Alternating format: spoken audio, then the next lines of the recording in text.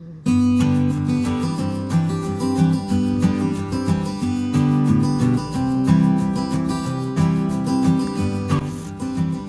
guys, how are you doing? Oh my god, today, hey, today is another day.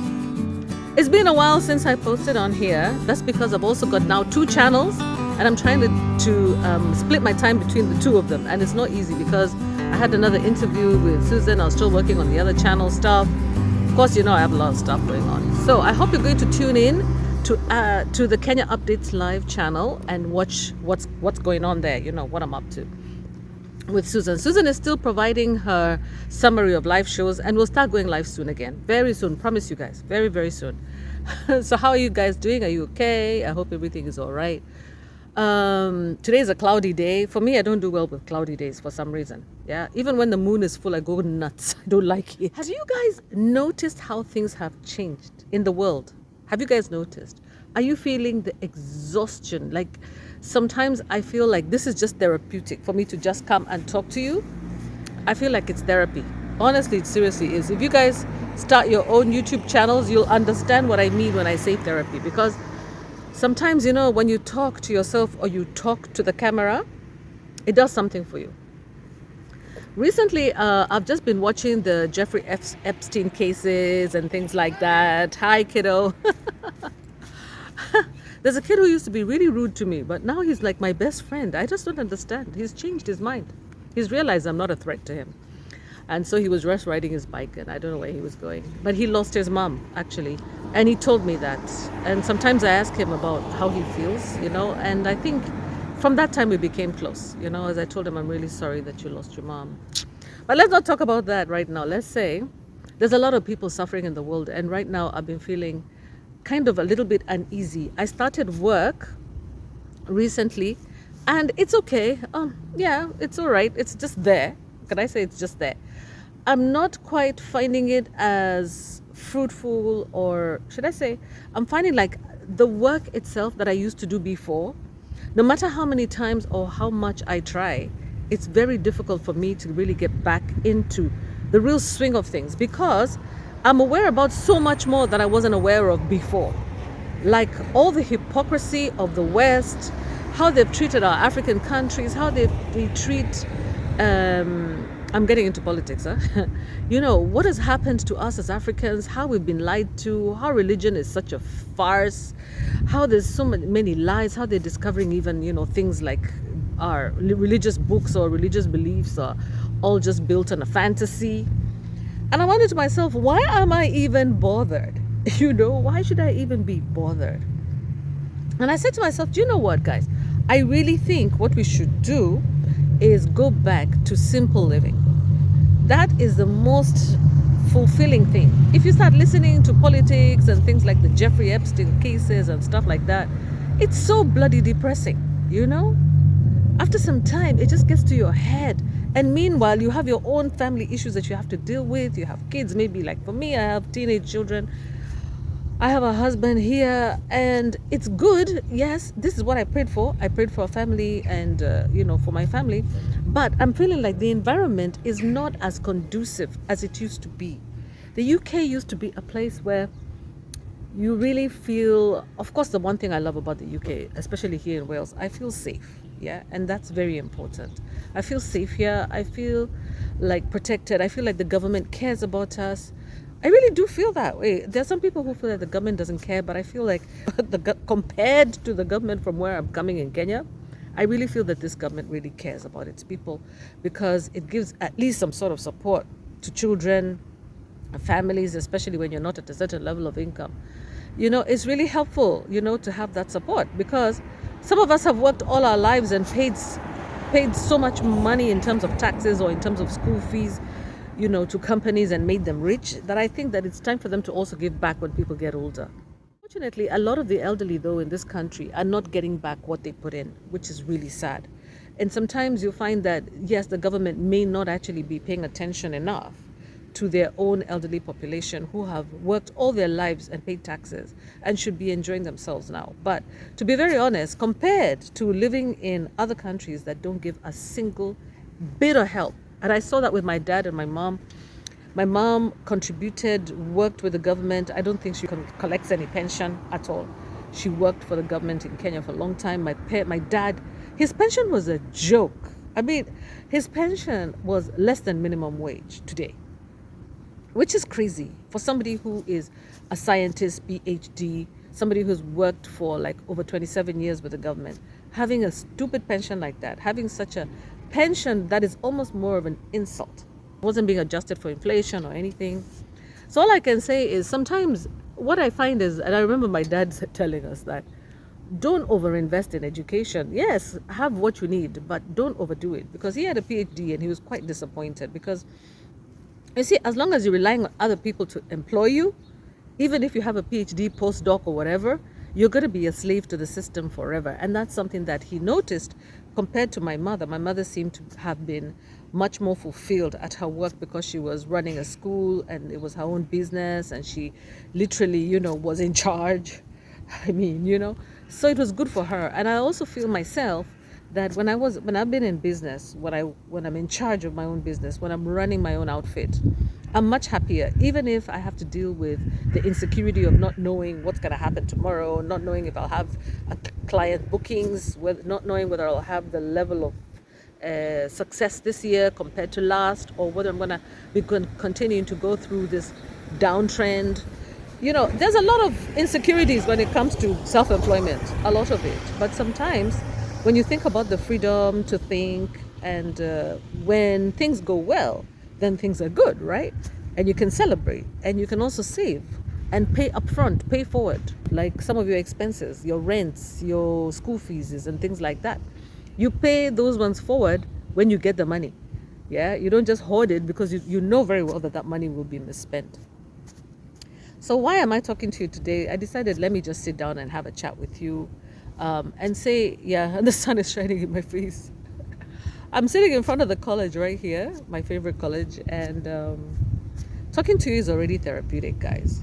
How are you people feeling so far? Do you feel overwhelmed? Do you feel stressed? Do you feel like you can't cope? Are you worried about the future? Are you okay? Are you doing great? Are you fabulous? What I can say is that there's some people who are doing so well. Like they say, one man's meat is another man's poison. There's some people who are doing very well and others are not. Majority are not, but some of them are really doing well. Like, for example, I see a lot of young people going online and using AI, using TikTok, using the internet to maximize profits, to maximize opportunities. And that's the way we should go, guys. We should find a way to maximize, learn from the young people. We Gen X over here, yeah, should learn from the young people. Honestly, sincerely, we should, because Gen X and boomers, we need to learn, and we need to not be afraid to try something new. So I'm actually working on my 2 channels and I'm very motivated, but I have a limitation in terms of time because like when I'm here in the UK, I have to do everything. I have to do the cleaning, cooking. My husband does a lot of cooking, by the way. Can't fault him for that. But cleaning, obviously that one is me because we women, sometimes we have different standards from men and I can't force him to have the same standards as me.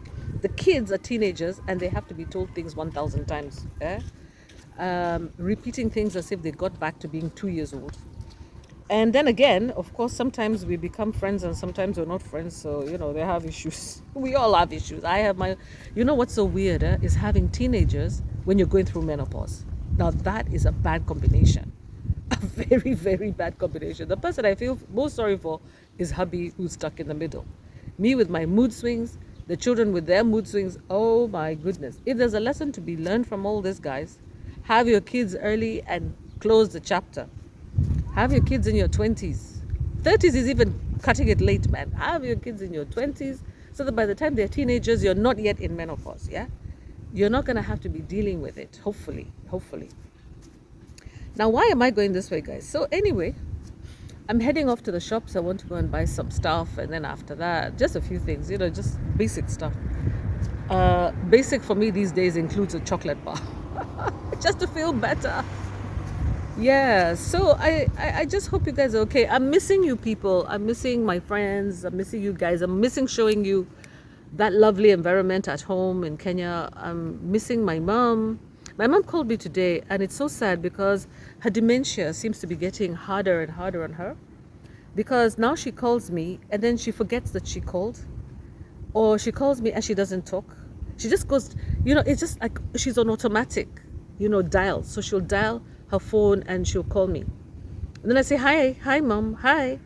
And she goes, and she speaks a few words and then off.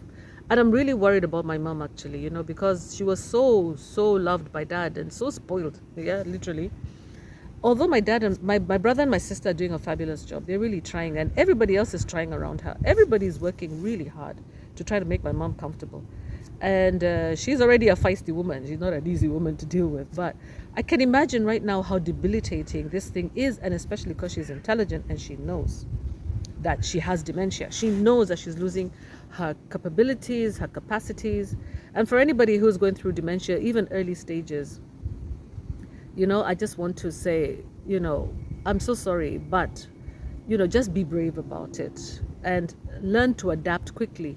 Try to find things try to simplify your life, That's all I can say. Simplify your life, surround yourself with young people who can offer you the support that you need, because you will need a lot of patient people around you and people who have a lot of energy to spare, because it is draining. I don't know how my dad coped with my mom's dementia, really, because he was already facing his own issues, and then he has to deal with mom. Again, this time, guys, this month is hard on me because July is when we lost dad. It's been a whole year since we lost dad. He on the 21st of last year.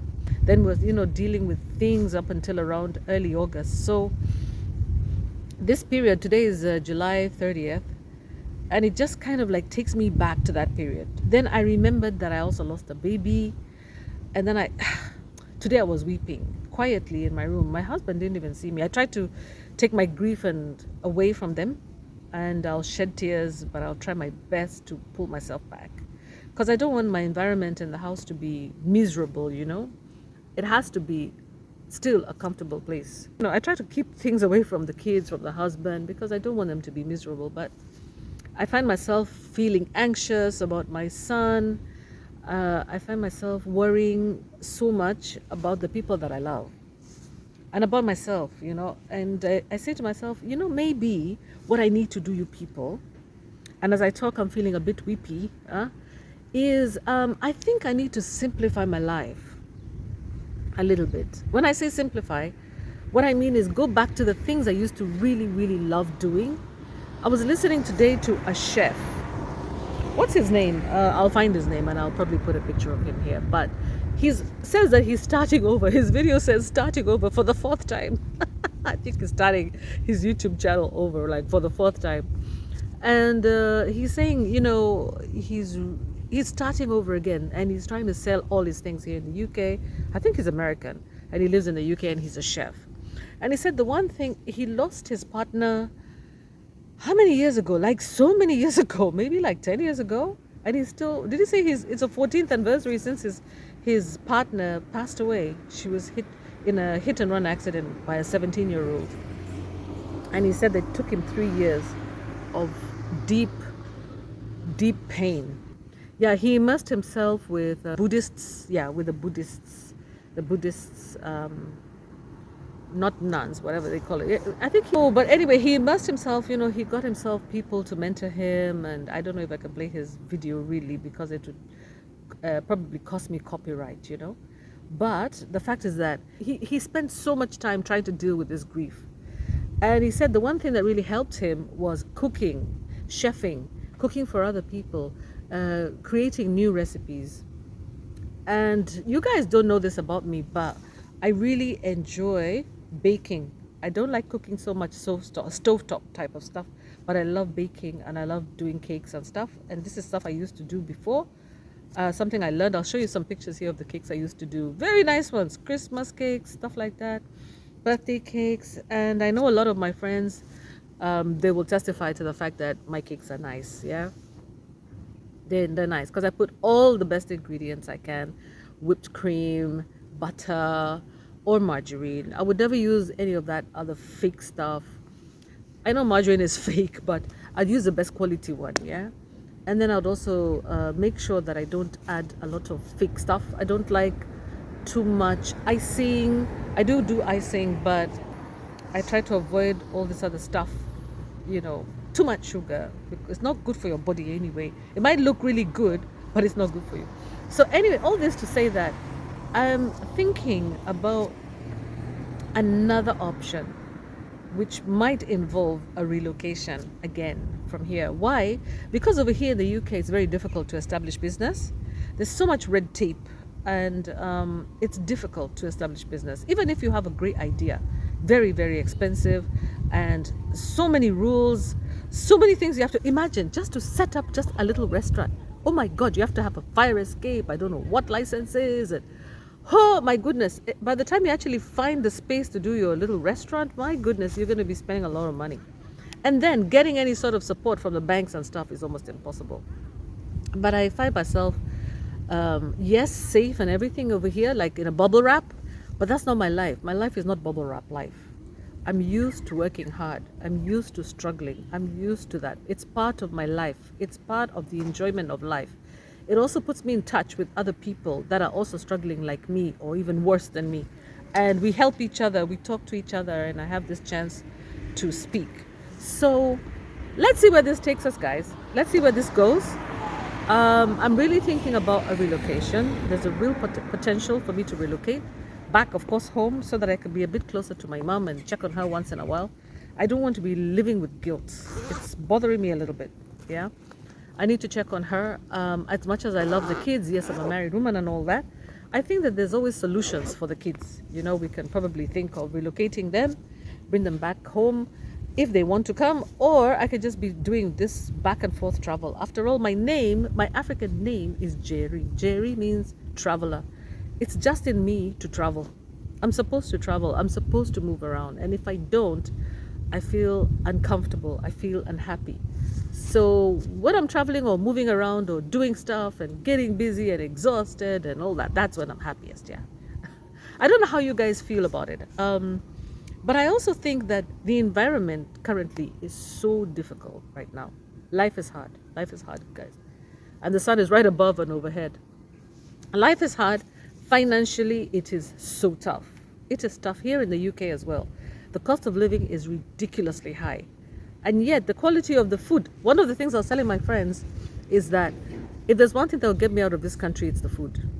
I miss Kenyan food. I miss our food, guys.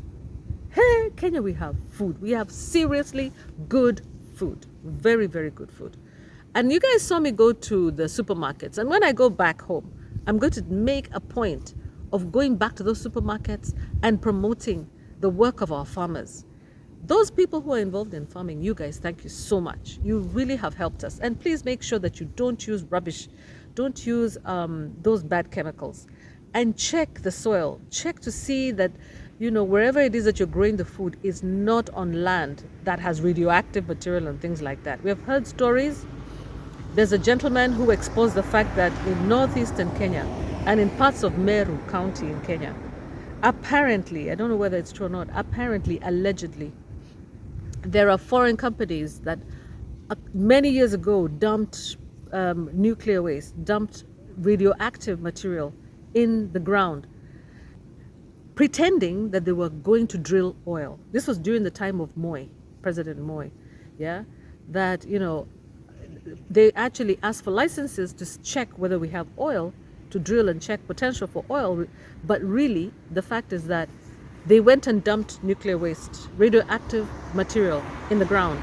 And now apparently they are linking the deaths of over 3,000 people in a year in the area where there's very, very small population to that radioactive material. There's a lot of high incidences of cancer and tumors and things like that. And you know, guys, you have to be very, very careful with our countries.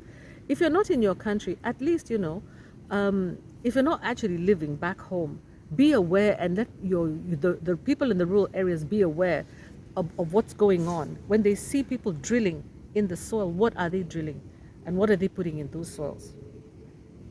I know this discussion has gone like everywhere. It's gone everywhere, but that's the whole idea that we just have to be aware and very alert and ensure that we keep our standards, because we have very good quality food at home.